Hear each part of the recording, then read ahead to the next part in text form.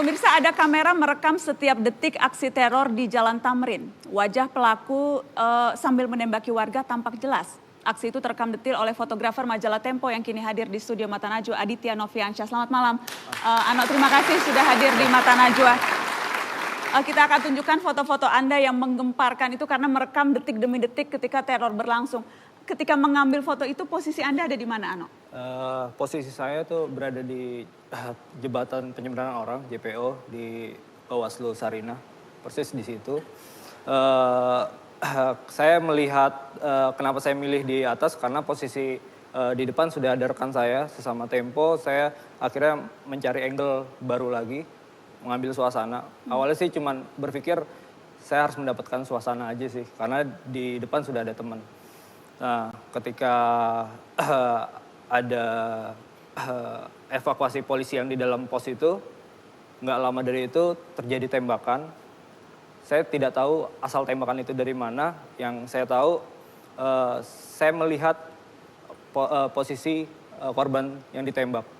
Fokus saya hanya ke sana, saya tidak tahu arah datangnya tembakan dari mana. Kita akan lihatkan foto-foto yang kemudian berhasil Anda rekam. Jadi ketika Anda pertama kali mengarahkan kamera itu, lensa itu, Anda sebetulnya tidak spesifik hendak memotret hanya ke kerumunan begitu ya? Hendak melihat apa yang terjadi secara umum?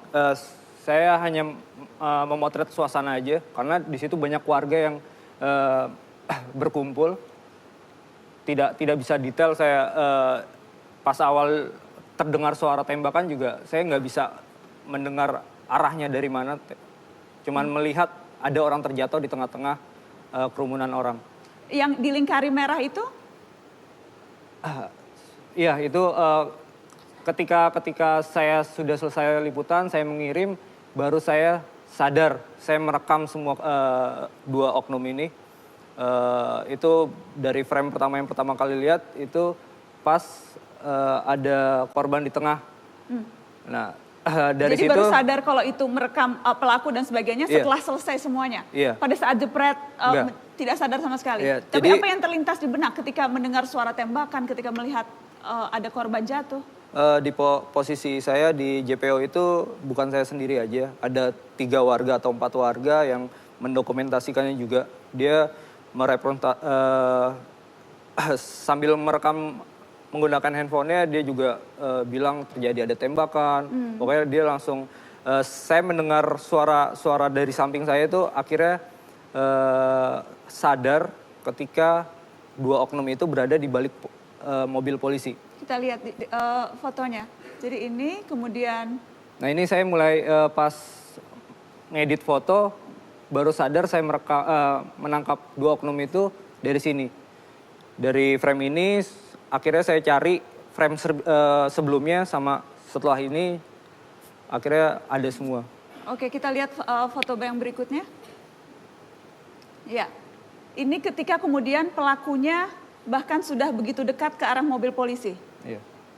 Baik, dan di dalam mobil polisi itu ada petugas yang juga berada di studio Mata Najwa. Saat ini saya ingin kita berikan sambutan ke Aibtu Dodi Mariadi. Aibtu Dodi, boleh tolong bergabung.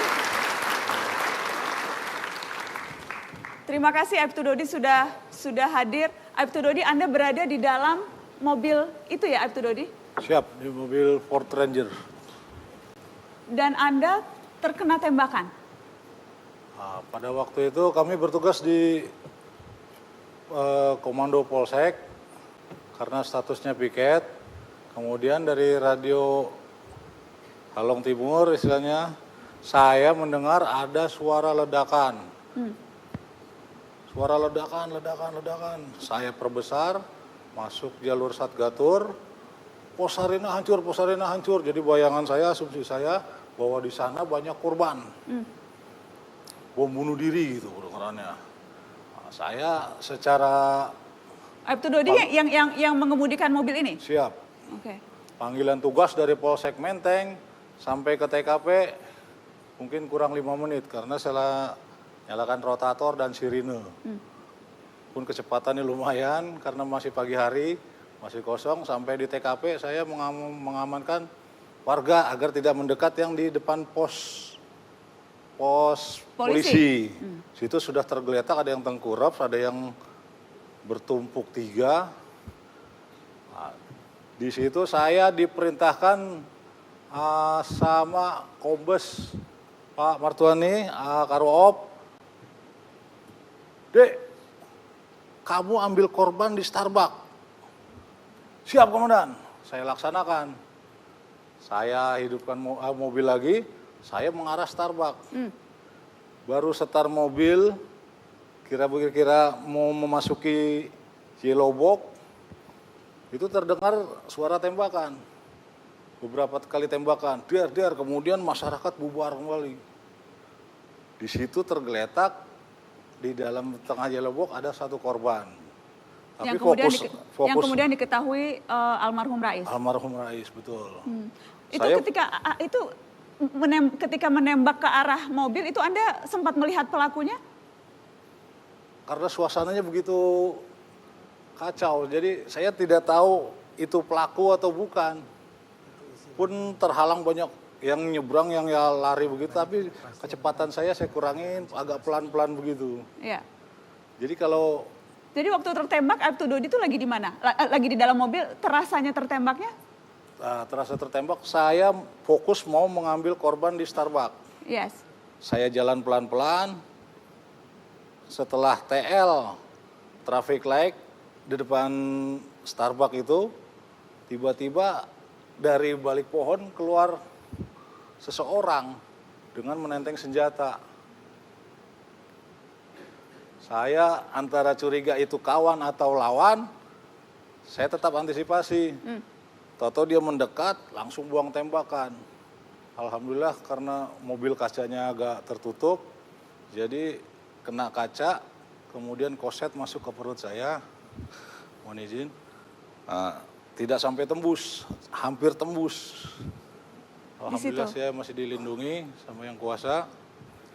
Kebetulan takut ditambahin lagi, karena saya tidak dipersenjatai, saya masuk gigi, saya lari ke arah Kebon Siri. Dalam keadaan tertembak? Dalam keadaan tertembak.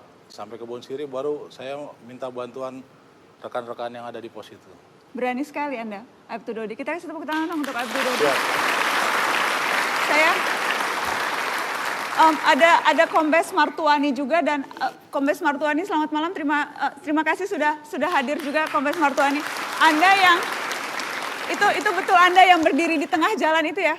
Betul, Pak Martuani? Betul sekali, saya yang berada di tengah jalan. Yang ada di situ. Itu persisnya Anda melakukan apa itu? Anda membawa pistol kan, Pak? Saya bawa pistol. Sebagai seorang tugas polisi, tugas kami adalah memastikan dia perlu pertolongan atau tidak. Karena kita melihat almarhum itu, Rais masih bergerak, jadi dia perlu mendapat pertolongan. Maka mungkin Pak Dodi lupa, saya yang merintahkan dia untuk menolong korban di tengah. Tapi karena hiruk pikuk, beliau mengarah ke kanan. Oke, ini Anda menembak salah satu pelaku juga berhasil Anda tembak waktu itu, Pak? Ini mungkin saya boleh cerita sebelumnya, bahwa saya sebagai Kepala Biro Operasi Polda Metro Jaya itu tugas saya adalah memastikan seluruh kepolisian itu bertugas dengan baik. Baik.